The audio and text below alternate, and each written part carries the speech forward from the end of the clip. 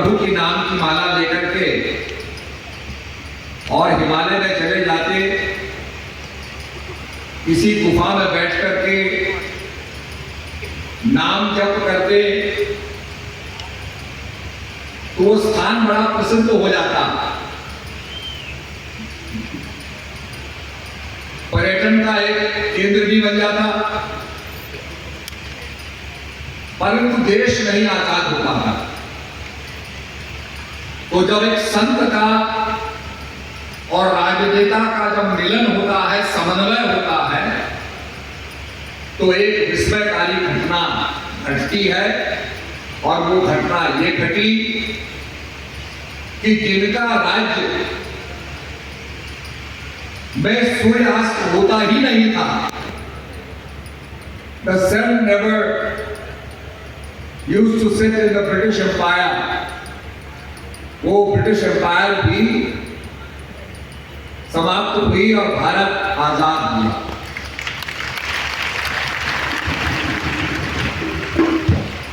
तो धर्म का और राजनीति का जब समन्वय होता है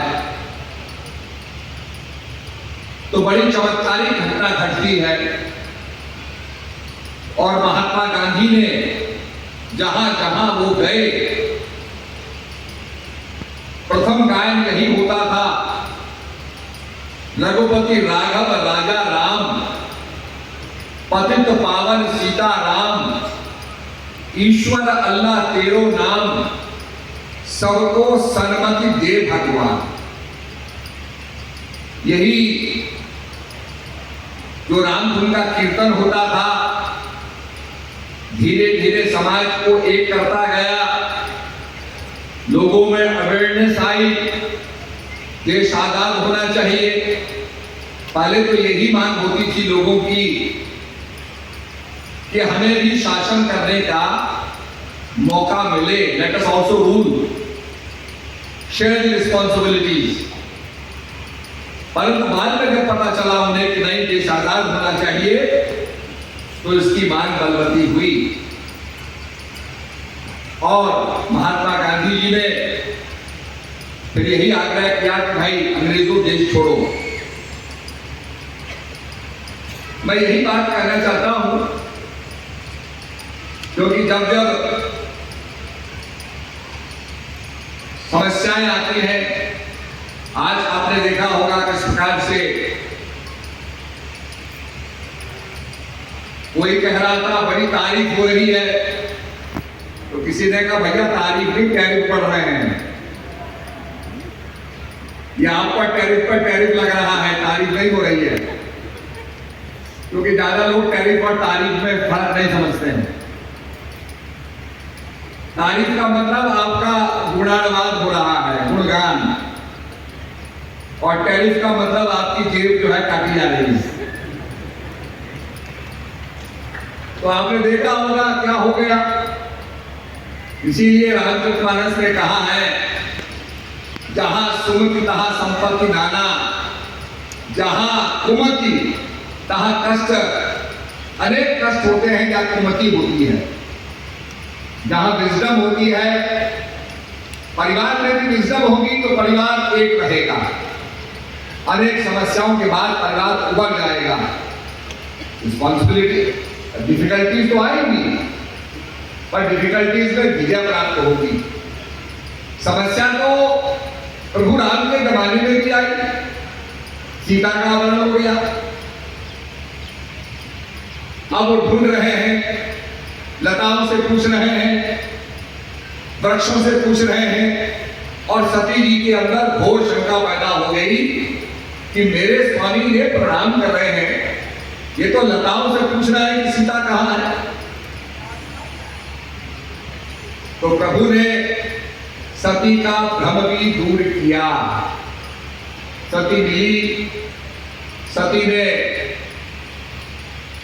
जानकी जी का रूप बनाया, और वो समझ रही थी कि प्रभु जो है अब आएंगे, आकर्षित होंगे। तो प्रभु ने हाथ जोड़ के पूछा कि माता जी, प्रभु शंकर कैसे हैं? अब इतना कहना था कि सभी का तो सारा गर्व, सारा अभिमान चूर चूर हो गया। तो मैंने ये देखा कि जब हमारा दृष्टिकोण आध्यात्मिक होता है, राष्ट्र के प्रति समर्पित होते हैं, हमारे में डेडिकेशन होता है, तो वैसे निर्णय भी होते हैं। मैं जब डिफेंस कमेटी में था तो 1 रैंक 1 पेंशन का मसला मेरे पास ही आया, वो आरोपी। हमारे अधिकारी कहते थे सर ये बड़ा लंबा मामला है, छोड़ो इसको, फिनिश इट ऑफ। मैंने कहा भाई जिन्होंने अपना जीवन देश के लिए दे दिया, they are only demanding 1 rank 1 pension, इसे हम कैसे छोड़ सकते हैं? तो हमारे एक सेल थे मेरे पीए, कहने लगे सर इसको छोड़ना नहीं, इसे करना है। अब वो बात मैं नहीं बताऊंगा कैसे किया गया, कैसे हुआ, क्या हमारा मोडिस ऑपरेंडी था, पर उसके बाद सारे डिपार्टमेंट्स के डिफेंस मिनिस्ट्री के लोगों का ध्यान आकर्षित किया, इसको आगे बढ़ाया। धीरे धीरे ये हम करते गए, अभी भी इसमें कुछ होना बाकी है, बट इट वॉज अचीव। जब हमारे पास ये मसला आया कि should India have the satellites, India के पास सैटेलाइट्स होनी चाहिए, हमने कहा भाई अमेरिका का जीपीएस सिस्टम है, ग्लोबल पोजिशनिंग सिस्टम यूएस का है, रशिया का ग्लोफ्रॉस है, अगर ये अपने सिस्टम को बंद कर देंगे तो हमारी सेना तो अंधी हो जाएगी, उनको दिखेगा ही नहीं, पता ही नहीं चलेगा कहां जाना है। और कारगिल की लड़ाई के अंदर अमेरिकन जीपीएस जो है वो ऑफ भी कर दिया गया था। तो हमने कहा भाई हमारी अपना सैटेलाइट सिस्टम होना चाहिए, और जब हमने स्ट्रांगली उसको रेकमेंड किया तो आज मुझे बड़ी प्रसन्नता है कि हमारे पृथ्वी के चारों तरफ नाविक सिस्टम इंस्टॉल किया गया है, जिसमें सैटेलाइट हमारी आर्मी को इंफॉर्मेशन देती रहती है। हमारी सेना कहां है ये हमारी सेना को पता रहता है, कोऑर्डिनेट्स हमें मिलते रहते हैं।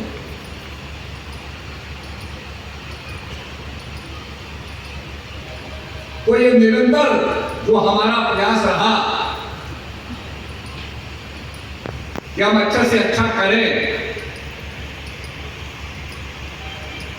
इसके साथ मॉडर्न टेक्नोलॉजी का जमाना है। हमारे यहाँ की फोर्सेस हैं, वायुसेना है, थल सेना है, जल सेना है, और अक्सर क्या होता है कि सेनाओं में कोऑर्डिनेशन कम होता है। तो हमने कहा इसके ऊपर हमारा chief of the defence staff होना चाहिए, और मुझे प्रसन्नता है कि हमारी स्टैंडिंग कमेटी की रिकमेंडेशन से विपिन रावत पहले सीडीएस बने। मुझे तो बहुत बाद में पता चला कि वो रीवा फैमिली से हमसे रिलेटेड थे। एक दिन उनकी वाइफ ने श्रद्धे से कहा कि हमारी लड़की तुम्हारे को किसको ब्याई है? तो श्रद्धे जी ने कहा मेरे छोटे भाई को ब्याई है। तो सुडोल जो रीवा के साथ जुड़ा हुआ है उनसे वो रिलेटेड थी, तो वो वैसे भी उत्तराखंड से हमारे रिश्तेदार हुए, वैसे भी रिश्तेदार हो गए।